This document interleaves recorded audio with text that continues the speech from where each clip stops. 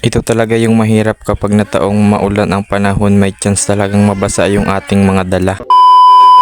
Hi guys, ngayong araw nga isamahan nyo akong mamili dahil wala na nga laman yung aking mini tindahan. Kung napapansin nyo, bungi-bungi na nga. Tapos sa taon pa ngang maulan ng panahon tapos wala pa akong payong kaya nag-jacket na nga lang ako. Ito din talaga yung mahirap dito sa amin kapag maulan ng panahon lalo't malayo kami sa bayan. Bali skate di motor nga pala ang sasakyan namin dito sa amin para makauwi ng bayan. At yun na nga, wala pa nga sigurong kalahating oras ay nakarating na ako dito sa aming pamilihan. Dito nga lang yan sa Tagkawayan Public Market. Nakapamili na nga ako sa grocery ng oras na yan kaya naman ang bibiling ko na lang ay yung mga ricado at yung mga iba pang binibili ng ating mga customer kagaya ng tuyo, itlog. Basta yung wala sa grocery, automatic sa labas ko na yan bibilin. Bali untian lang naman yung binili ko.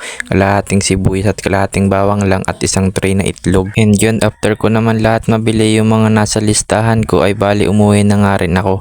Ang lakas nga pala ng ulan ng oras na yan. Buti na nga lang dadalawa lang kaming sakay ni kuya at hindi kami siksikan dito sa skate. Tapos ito na nga, may nakasalubong pa kaming may mas mabigat na karga kaya naman natalo kami. Kaya kami ang bumaba. Bali ganito nga pala ang ginagawa ng mga mag-skate. Binabawasan lang nila ng mga mabibigat na karga yung kanilang skate din sa kanila pag-uusong-usungan. Ito nga din talaga yung mahirap sa part ng mag-skate dahil kailangan nga nilang magbuhat ng mga mabibigat. Pero nakakatuwa lang dahil nagkakaisa sila. Nagtutulungan sila para mapagbigyan laang yung isa na may mas mabigat na karga.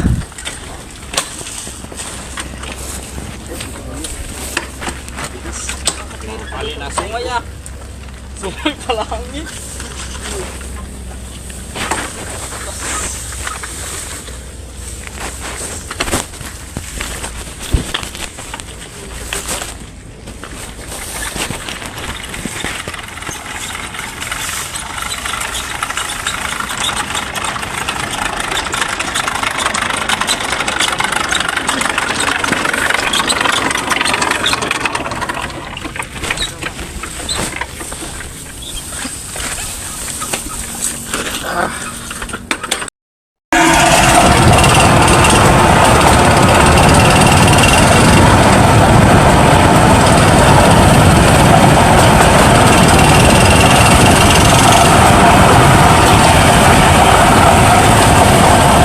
Din yun guys, after kong makauwi ng bahay, matik yan, magdi-display na ako nyan.